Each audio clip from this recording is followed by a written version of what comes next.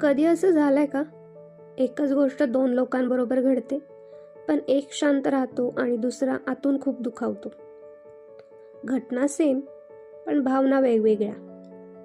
मग प्रश्न पडतो, मला इतकं का वाईट वाटतंय? आज इथे एक खूप महत्त्वाची गोष्ट समजून घेऊया.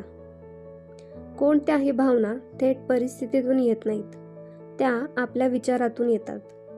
एक सिंपल चेन आहे: सिच्युएशन, थॉट, इमोशन आणि बिहेवियर. उदाहरणाद्वारे सांगते. सिच्युएशन. एखादी सिच्युएशन घेऊया. कोणी रिप्लाय दिला नाही, ही सिच्युएशन आहे. थॉट, मी इम्पॉर्टंट नाही. त्यानंतर त्यामागचं इमोशन, सॅडनेस, इनसिक्युरिटी. आणि बिहेवियर, गप्प होणं, त्या व्यक्तीशी न बोलणं, ओव्हर थिंक करणं आणि स्वतःला दोष देणं. इथं दुखावलं गेलं ते रिप्लाय न मिळाल्यामुळे नाही, तर त्या अर्थामुळे जो आपण लावला. एक छोटी गोष्ट सांगते.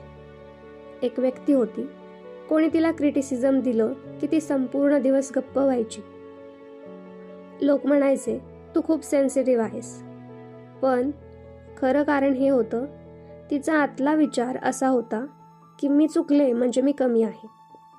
प्रॉब्लेम क्रिटिसिझम नव्हतं, प्रॉब्लेम तिचा तो आतला विचार होता. सो जेव्हा एखादा विचार आपल्याला धोक्याचा वाटतो, मी नाकारलं जाईन, मी नाकारली जाईन, मी अपयशी आहे, तेव्हा शरीर लगेच रिॲक्ट करतं. हृदयाची धडधड वाढते, छातीत जडपणा येतो, डोकं शांत राहत नाही. म्हणून भावना जास्त वाटतात, टू मच वाटतात. पण त्या इमॅजिनरी नाहीत, त्या बॉडीचा रिस्पॉन्स आहेत. सो आज एक नवा विचार करूया. मला असं वाटतंय कारण ही सिच्युएशन वाईट आहे, च्याऐवजी मला असं वाटतंय कारण मी ही सिच्युएशन कशी पाहते त्यामधून.